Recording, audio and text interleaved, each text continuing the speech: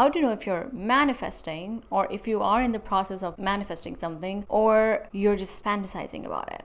A lot of the times I've seen people saying, okay, it doesn't work, manifestation doesn't work. Maybe it's not working, maybe because you're not really manifesting, maybe you're just fantasizing about the desire that you want to have, or whatever it is you want to achieve. Now it seems like they're both similar, which they kind of are. They are kind of similar to one another, because in manifestation also, especially if in the current circumstance that you're in, everything is opposite of what you want to experience, you start with the process of being a little delusional, right? So you can call it fantasizing, yes, but there's a key difference between really just manifesting something and just fantasizing about it. So if you want to know if you are on the right path of manifesting something, the major difference between fantasizing and manifesting is if your natural response towards the thing that you want to manifest is that if it feels like it's a real big thing to you, number one. Number two, if you're not okay with its absence in your life, and if just the thought of its absence in your life affects you in any way, shape, or form, then believe me, you're just fantasizing about what you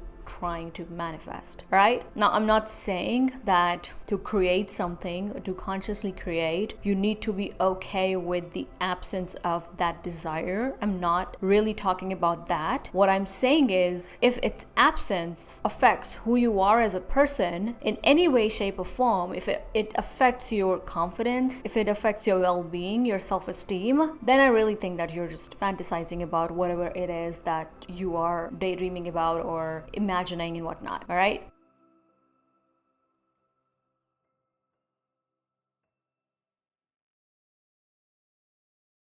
Now, mind you, this is only true when you are trying to manifest a person, all right? This thing that their absence is gonna affect your well-being is only true when it comes to manifesting people in your life, all right? So when it comes to job, money, and business, it's slightly different, all right? In those areas, if you want to know if you're just fantasizing or you're really making changes in your self-concept, the very key point or the key thing to notice here in these areas are if the thing that you're trying to manifest in your career, let's just say a job or business or maybe money, if that feels like it's above you in any way, shape, or form, if it feels like you are not good enough right now in this present moment to have that thing, career-wise, then you might be fantasizing about the things that you're trying to manifest in your career.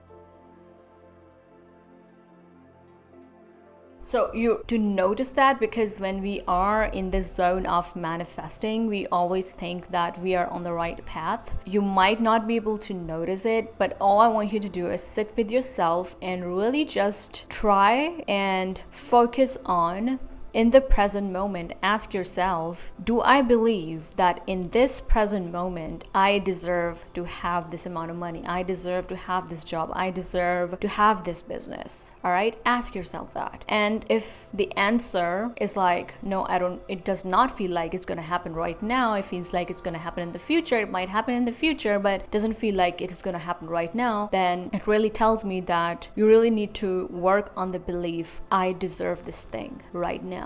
I can have this thing right now. I'm good enough to have this thing right now. All right. You can do the same thing when it comes to the person that you're trying to manifest in your life or the dynamic that you want to create in your life. You can just literally sit down with yourself and ask yourself, do I think I can have this thing right now in this present moment? Can I see myself having this thing in this present moment? And if that question feels out of place in any way, shape, or form, then you know that you really need to work on your belief system, the very basic beliefs, I'm worthy, I'm deserving, and everything else like that. But specifically, as I said earlier, when it comes to people, if their absence, again, affects you in any way, shape, or form, if their absence affects your well-being, your self-esteem, your confidence in any way, then it means that you are just fantasizing about them because you have not done the work within. That's why just the idea of them makes you feel like the person you want to become, and that's why you are so hyper attached with the idea of them in your life rather than just working on your own self-concept that, no, I am feeling secure. Because when you do feel secure, you tend to actually put people off of pedestal, and that hyper attachment actually goes away.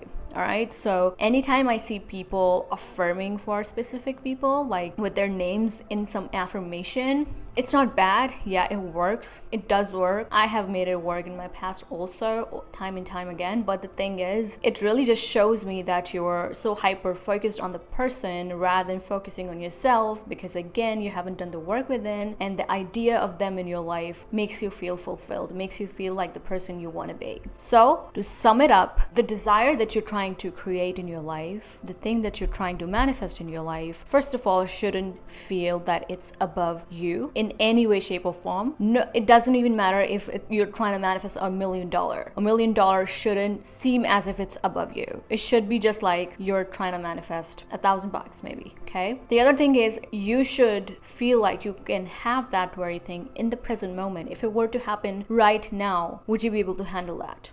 That's other thing. And when it comes to people, you need to ask yourself, am I gonna be affected by this person's absence in my life? All right, you just need to be really, really honest to yourself, because if you're not honest with yourself, you're just gonna waste your time in fantasizing rather than making real changes in your self-concept. Again, I've been doing this work for the past 6 years, and I have done all the mistakes. Like, I've made all the mistakes that I could make. I have manifested without working on my self-concept. I have manifested after working on my self-concept. I've done a lot. But one thing I've noticed is that even when I did not work on my self-concept to get what I wanted, I still had some positive beliefs towards the thing that I was trying to manifest. I had this growth mindset towards it. So it was easier for my mind to grasp and believe what I was trying to manifest. And it was easier for my mind to normalize the desire, because it is actually all about normalizing whatever it is that you're trying to manifest. All right, so that's how you know if you're truly manifesting or you're just fantasizing. So if you have any questions, you can ask me those down in the comment section below. If you want me to help you out into knowing if you're just fantasizing, if you're on the right path or not, I can do that. Just drop a comment down below. I would love to do that.